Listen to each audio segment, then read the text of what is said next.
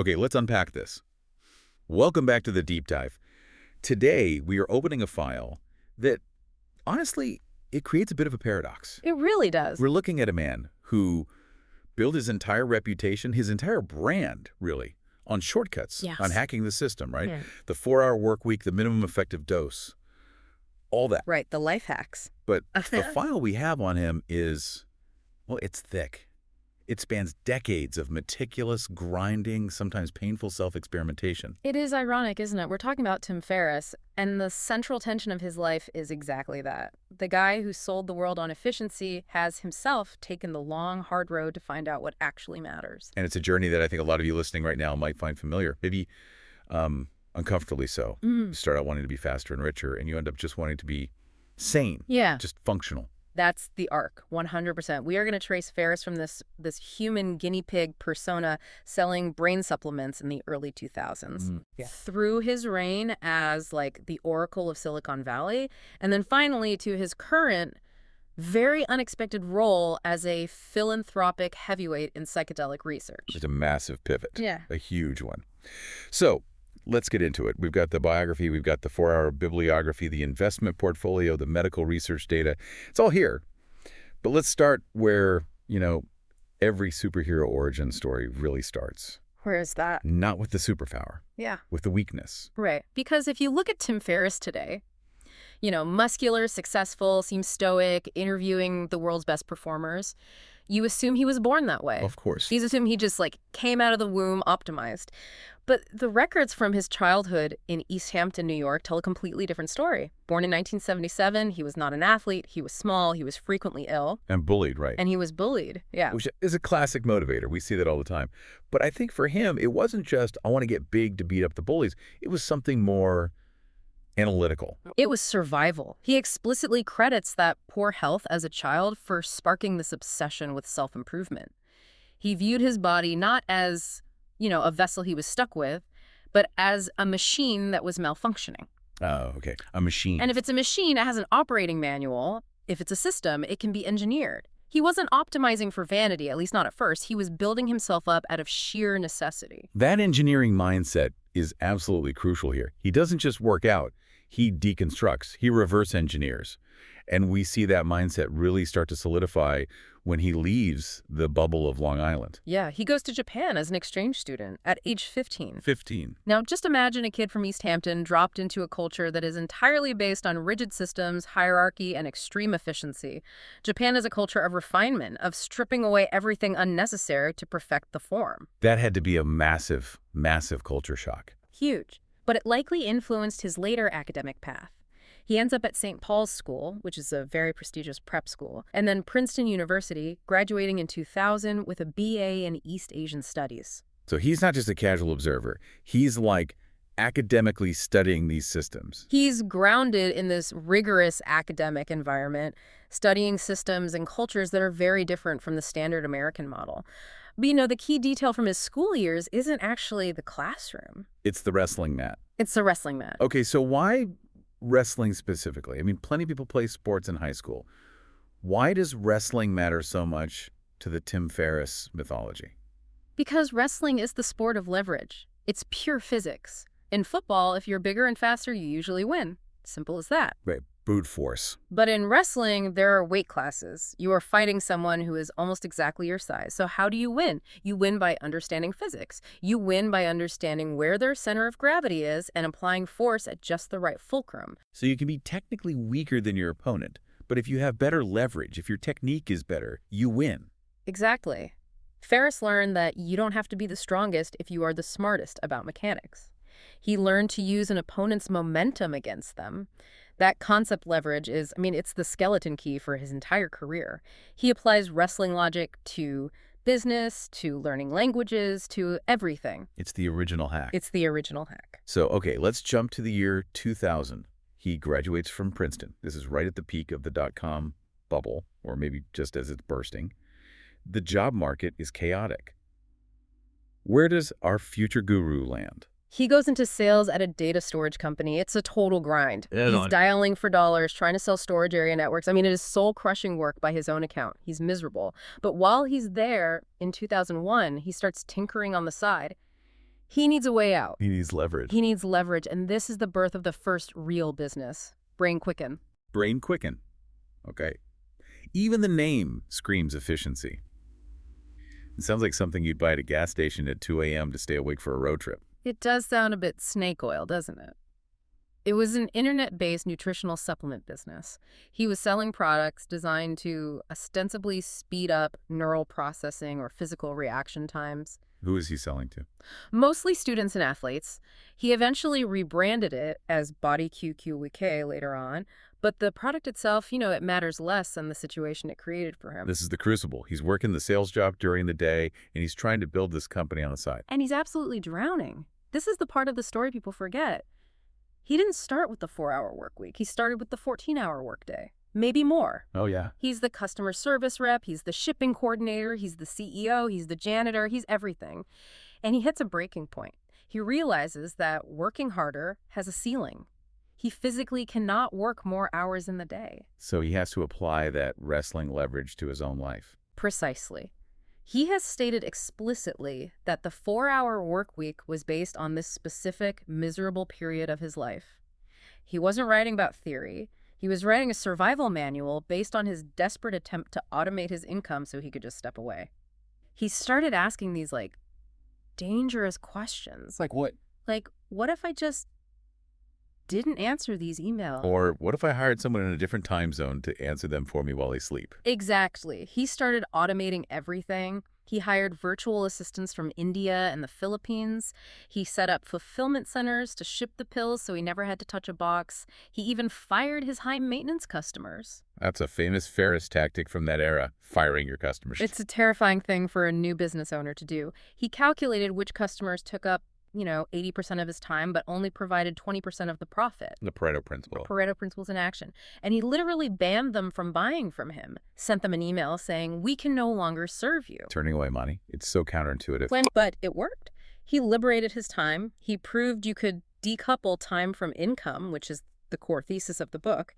He eventually sold the company, Brain Quicken, or Body Quick as it was then, to a London-based private equity firm in 2010. 2010. Yeah. So he held on to it for a while, even after the book came out. He did, but the lifestyle design concepts, the philosophy, all of that was being forged in the fire of those early 2000s years. That sale in 2010 was the financial exit, but the intellectual exit, the escape, happened much earlier. Okay, so that leads us directly into the 4-hour era. This is part 2 of our dive, the book phenomenon.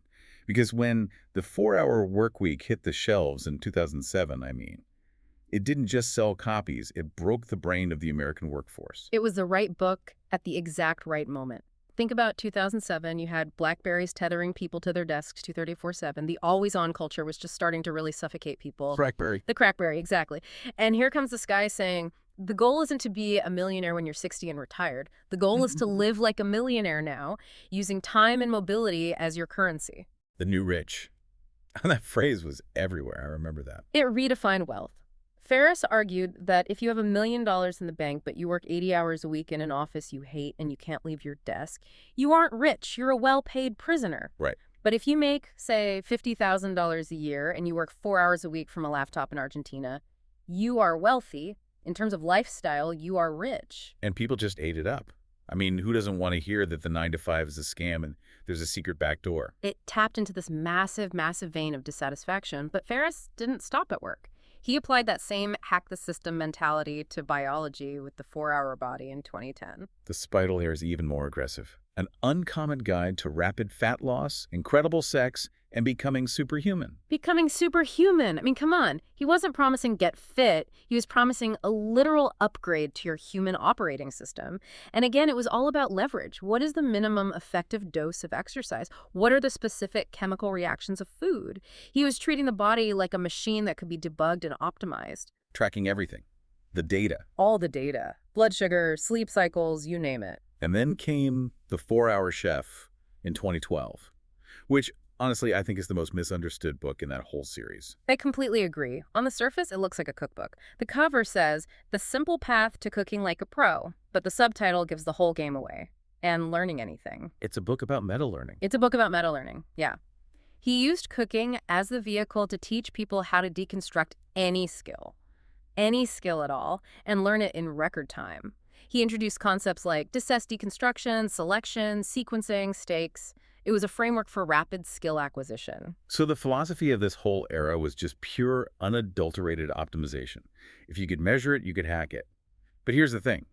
Anyone can write a book full of shortcuts. Ferriss needed to prove it. He needed receipts. He had to be the living embodiment of his philosophy. He had to be the guinea pig. And there is one story in the file that I think just perfectly encapsulates this hacker mentality from that period. It's the story of the Chinese kickboxing championship. Oh, the sand shoe incident. This is classic Ferriss. So in 1999, before the books, he decides to enter the National Chinese Kickboxing Championship. Now, you have to keep in mind, Tim Ferriss is not a professional striker. He's a wrestler. He doesn't have years of conditioning. He isn't spending 6 hours a day kicking a heavy bag. So on paper, he has no business being there. How does he expect to survive, let alone win? He reads the rule book. He approaches the sport like a lawyer, not like a fighter. He finds two critical loopholes. First, the weigh-in. The weigh-in happened the day before the fight. Which is common in combat sports, right? To give fighters time to rehydrate. Right. But he took it to an extreme. He used severe dehydration techniques. Yeah. Saunas, spitting, diuretics, wearing sweatsuits. He basically sucked all the water out of his body to weigh in at 165 pounds. So he makes weight. He makes weight. But then, over the next 24 hours, he hyperhydrated. By the time he stepped into the ring, he weighed something like 193 pounds. Oh, wow. So he's fighting guys who are effectively 3 weight classes below his actual functional size. That's the first lever. It's just physics again, mass times acceleration. But the second lever was even smarter. It was in the scoring. He noticed a specific rule. If you push your opponent off the raised platform, it's called a leitai, 3 times in a single round, you win by technical knockout. He didn't need to punch them out. He didn't need to kick them. He just needed to push them off a platform. Precisely. So while the other guys, the actual trained kickboxers, were trying to land these flashy spinning kicks to his head, Ferriss would just cover up, eat the shot, clinch them. Use his wrestling base. Use his wrestling base and his 30-pound weight advantage and just shove them off the platform. And he won. He won the national title by technical knockout. Now, there are 2 ways to look at that story. You can say it's brilliant, or you can say it's well, kind of cheap. Yeah. That it's against the spirit of the competition. And that is the polarizing nature of Tim Ferriss in a nutshell. To a purist, he ruined the sport. He bypassed the artistry and the years of dedication required for kickboxing. But to a hacker, he optimized the game theory. He achieved the stated goal winning the gold medal with the absolute minimum effective dose of combat. He did the same thing with the Tango World Record, right? Yeah. A similar kind of deconstruction. Yes. He became the first American to hold a Guinness World Record for tango spins. And again, he didn't practice for 20 years. He analyzed the biomechanics. He broke down video frame by frame. He realized the female role in tango spins allowed for certain pivots, and he analyzed the male role, found the friction points, adjusted the technique, and broke the record in a matter of months. It was all performance art. It was all performance art to demonstrate his thesis. You don't need 10,000 hours if you have the right strategy. He even had a TV show about this whole concept, right? The Tim Ferriss experiment. Debut on HLN in 2013. The whole premise was life hacking and speed learning. Each episode, he'd try to learn some incredibly complex skill in a week. Like what?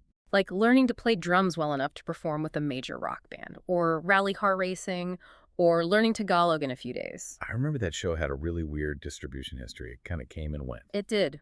HLN, the network, they basically buried it. They produced 13 episodes, but barely aired them. They didn't know how to market it. So in true Ferriss fashion, he didn't let the content die. In 2015, he acquired the full rights to the episodes himself and distributed them on iTunes. And of course, they shot to #1. They topped the charts. He bypassed the gatekeepers. It perfectly encapsulated his philosophy. If the traditional system, like cable TV, doesn't work for you, find the hack. Find the back door. In this case, it was digital distribution. So up to this point, we have Tim Ferriss, the hacker. He's conquered the bestseller list. He's conquered his body. He's conquered the weigh-in scales. But while all this is happening, while he's writing these books, he's also doing something else in the background that turns out to be incredibly, incredibly lucrative. Oh, yeah. He's becoming the oracle of Silicon Valley. This is part 3 of the story, and honestly, this is probably where the real new rich money came from. While everyone was reading his books and trying to start drop shipping businesses, the tech insider saw him as a golden goose. He became a super angel investor. He wasn't just writing about the new rich. He was literally investing in the companies that would build the infrastructure for that new rich economy. Precisely. And his investment portfolio from this era is staggering. I mean, we are talking about getting in on the absolute ground floor of companies that became verbs. Okay, let's name drop a few. Give us the highlights. Uber. Right? He was a pre-seed money advisor. Wait, pre-seed? That means before it was even a real company with a product. That means when it was basically a PowerPoint deck and an idea about black cars you could summon with your phone. That is the earliest, riskiest stage of investing you can possibly get in on. But because he got in there, his equity stake... Well, the return on that investment would be astronomical. Life-changing. Who else is in that portfolio? He was an early investor in Twitter, an early investor in Duolingo. He was an investor and an advisor for TaskRabbit. TaskRabbit makes so much sense for him. It's literally outsourcing for the masses. It's the philosophy of the book. It is the 4-hour workweek operationalized as an app. I don't want to build my IKEA furniture. I'll pay someone else to do it. That is the Ferriss ethos. He was also heavily involved with Shopify. I remember that. He did more than just write a check there, didn't he? He was an advisor who helped them launch their Build a Business competition back in 2010. And this was just a brilliant piece of synergy. Ferriss had millions of readers who all wanted to start a Muse, his term for a low-maintenance automated business. Right. Shopify had a platform to build online stores. So Ferriss went to his audience and said, use Shopify to build your business, and the winner gets $100,000 and direct mentorship from me. So he used his massive audience to drive a tidal wave of traffic and new users directly to his investment. It's the value add that venture capitalists dream of. He didn't just bring money to the table, he brought an army of motivated users. It just seems like he couldn't miss, like he had the Midas touch. But surely, in the world of angel investing, you have to miss sometimes. It's a hits-driven business. You absolutely do. It's a power law game. Most of your investments fail. They go to zero. And there is a specific case study in the file that really highlights the risks involved. A company called Ship. S-H-Y-P. Ship. Okay, tell us about Ship. In 2013, Ferriss formed a syndicate on AngelList to invest in this company. He raised $250,000 personally from his followers and helped the company raise over $500,000 through his network. Ship eventually raised a total of $2.1 million in that round. And what was the pitch? What did they do?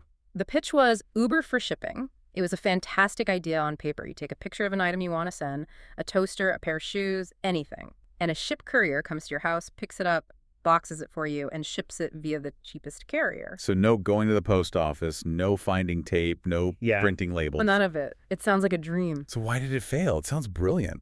Because atoms are much, much harder than bits. It's easy to scale software.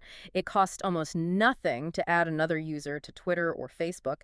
But for Ship, every single transaction required a van, a driver, gas, cardboard, packaging materials, warehouse space. The logistics were a nightmare. The unit economics must have been brutal. They ate them alive, they grew too fast, the margins weren't there, and they could never make the model profitable. In 2018, Ship shut down completely. They laid off all their employees. So all that investment money was just gone. Gone. Poof.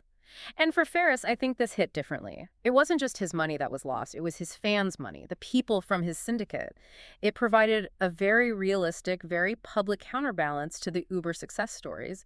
It showed everyone that high-reward investing comes with total loss risk. And it seems like this volatility, or maybe just the sheer intensity of that world, it started to wear on him, because around 2015, we see a really significant pivot. We do. In 2015, Ferriss declared what he called a long vacation from new investing. He just stopped. Cold turkey. He stopped the intake of new deals.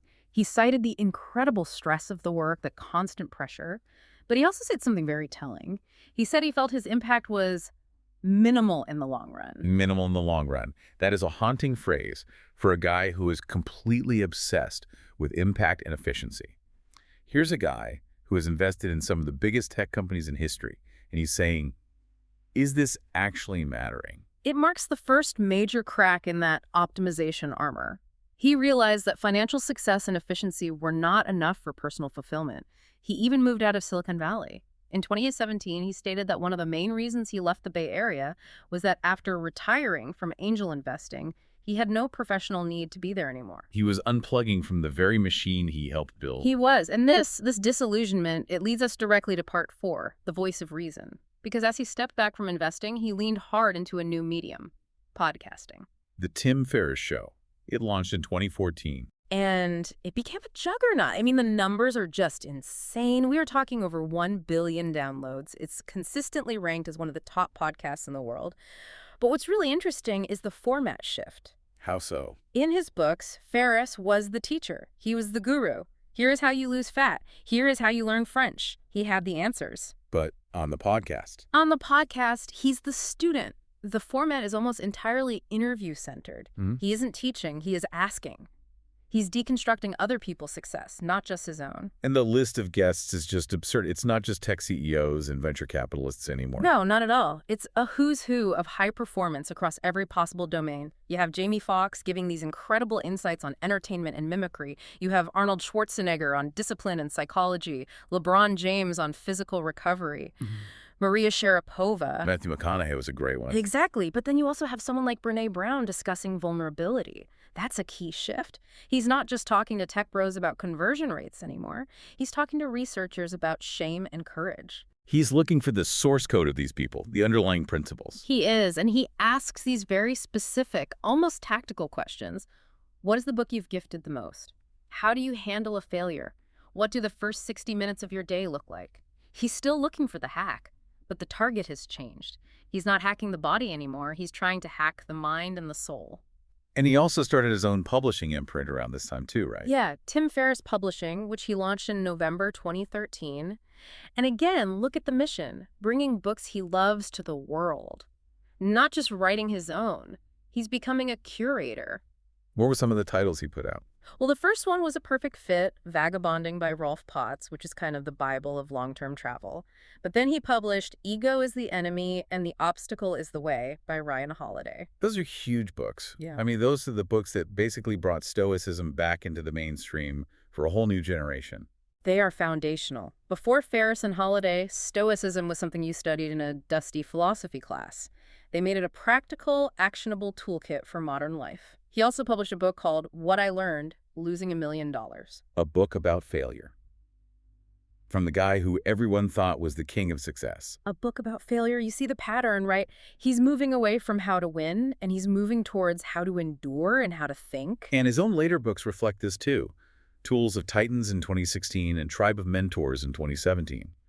These aren't really narratives, they're compilations, they're collections. They are basically encyclopedias of other people's wisdom. It's Ferriss explicitly saying, look, I don't have all the answers, but I have access to the people who might. It reinforces that shift from guru to guide. So we have the hacker, the investor, and now the podcaster and publisher, the curator. But beneath the surface of all this public success, there was a very serious struggle going on.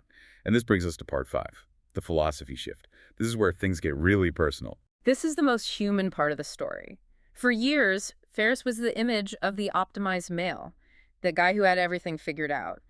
But as the podcast went on, he started to pull back the curtain on his own mental health. He's been very, very public about his struggles with bipolar disorder. Yes. He has discussed his bipolar disorder openly on his show. Yeah. He has talked about periods of deep, crippling depression where he literally couldn't get out of bed for days. He credits stoicism and meditation not just with, optimizing his mind, but with actually helping him manage that disorder and stay alive. It's less about crushing it and more about surviving it. Exactly. There is a famous TED Talk he gave in 2017 called Why You Should Define Your Fears Instead of Your Goals. That title alone is a complete rejection of the self-help industry standard. The whole industry is built on set goals, crush your goals. He says, no, define your fears. He calls it fear setting. It's an old Stoic exercise. You visualize the absolute worst-case scenario in agonizing detail. If I quit my job, what exactly happened? Okay, I lose my income, then what? I miss my rent payment, then what? I have to move in with my parents. And usually when you follow that thread all the way to the bottom, you realize, okay, it's not great, but I'm not going to die. Exactly. You realize the worst-case scenario is survivable. It strips the fear of its paralyzing power. He pushes letters from a Stoic by Seneca constantly. He calls it his favorite writing of all time. It's so interesting that a guy who made his name on modern tech and biohacking finds his solace in a Roman philosopher from 2,000 years ago.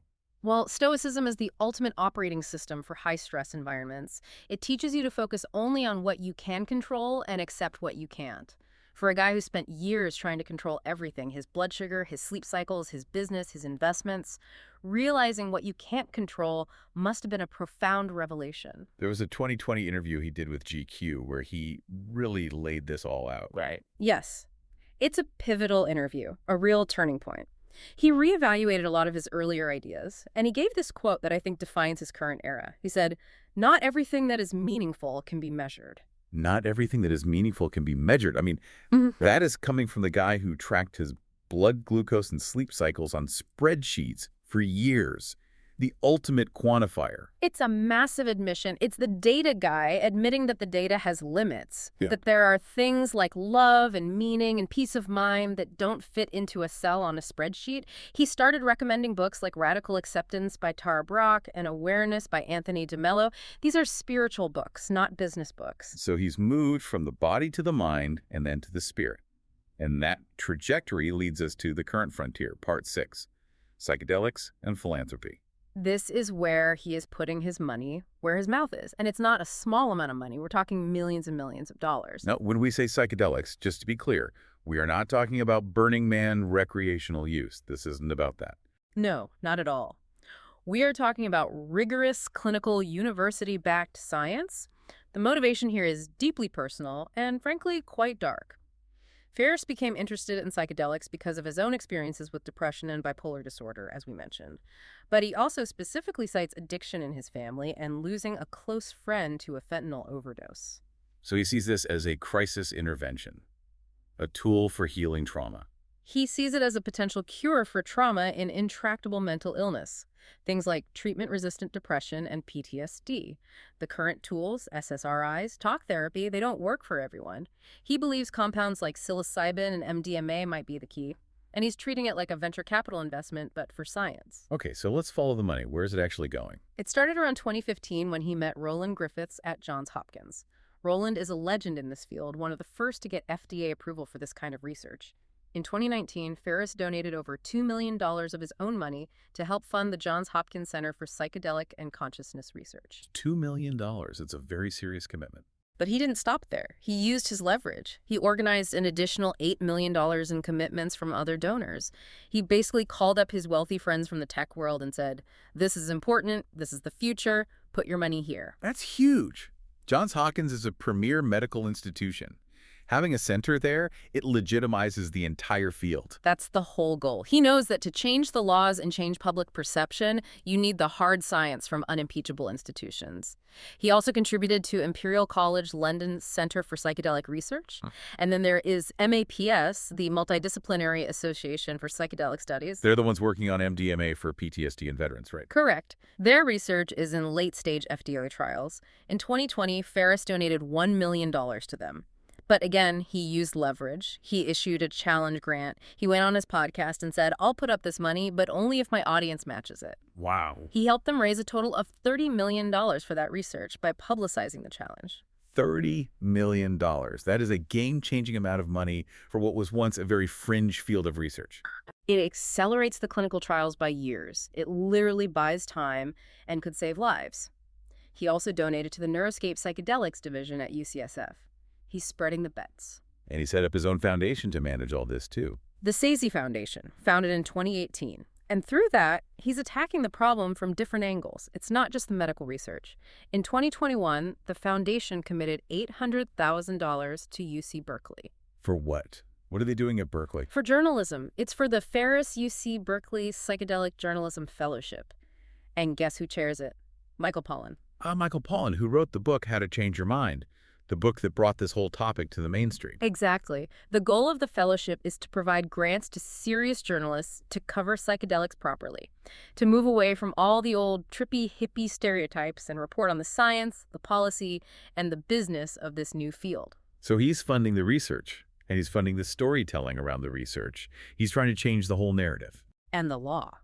His foundation co-funded a program called Poplar at Harvard Law School.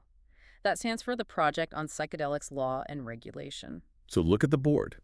He's funding the science at Johns Hopkins, the storytelling at Berkeley, and the legal framework at Harvard. It is a full-spectrum ecosystem play. Just like he optimized his book launches with a multi-pronged strategy, he is optimizing the mainstreaming of psychedelic medicine. He's building the entire infrastructure for a revolution in mental health. And it's not just psychedelics. He's done some other interesting philanthropy and education too, right? This isn't his only focus. No, that's right. He's been a member of the National Advisory Council of Donors Choose for a while, and there was this incredible moment in 2016 called the Flash Fund. What happened there? He just decided to clear the board. One day, out of the blue, he funded all 145 classroom projects on Long Island. Every single teacher who had a request on the site for pencils, books, computers, he just paid for it. All of it. That's his hometown area. Right. But then he also did it for all the projects in the entire state of New Hampshire and all the projects in Sacramento. It shows that while he's thinking about these high-level complex issues like brain chemistry, he's also thinking about, a second-grade teacher who just needs a new set of notebooks. It's a long way from selling brain supplements online to optimize reaction time. It is. It's a maturation of the soul, really. So we're coming to the end of the file here. Mm-hmm. And just to show that he hasn't completely lost his sense of fun in games, I saw that in 2025 he released a card game. Yes, a game called Coyote. He partnered with the company Exploding Kittens to release it. It's a social bluffing game. It shows he still likes to play. He hasn't become some, monk living in a cave. He still enjoys a bit of strategy and healthy deception. So let's synthesize this entire journey. We started with a 20-something wrestler in a data storage sales job, completely obsessed with efficiency, who creates the 4-hour empire. And we ended up with a 40-something philanthropist who has largely stepped back from the relentless pursuit of money and fame to fund clinical research into the human mind and to study ancient philosophy. It feels like the ultimate optimization was realizing that optimization itself has a ceiling. Or that the metric was wrong all along. He spent the first half of his career optimizing for speed and for output. He's spending the second half of his career optimizing for meaning and for well-being. The takeaway for you, for the listener, seems to be that the tools of efficiency, the hacks, the leverage, the systems, they work. Ferriss proved they work, but they are just tools. Exactly. A hammer is a great tool for building a house, but it's a terrible tool for understanding why you need shelter in the first place. Ferriss represents this idea that eventually you have to apply those powerful tools to the really hard problems of the human condition, to fear, to trauma, to connection, to meaning. You can't 4-hour your way out of being human. No. You can't efficiency hack grief. You can't outsource your own peace of mind. I want to leave the listener with a final thought here. Ferriss started his career effectively asking the question, how can I do this faster? And he seems to have ended up asking a very different question. Why am I doing this at all? It's the difference between velocity and direction. Velocity is just speed, but if you're moving very fast in the wrong direction, you're just getting lost quicker. So here's the question for you listening right now. If the king of productivity, the man who literally wrote the book on the 4-hour life, stopped focusing on speed to focus on his state of mind, what does that suggest about the goals you are currently chasing? Are you sprinting toward a finish line that doesn't actually exist? Something to mull over. Definitely. That's it for this deep dive into the life of Tim Ferriss. We'll see you on the next one. Stay curious.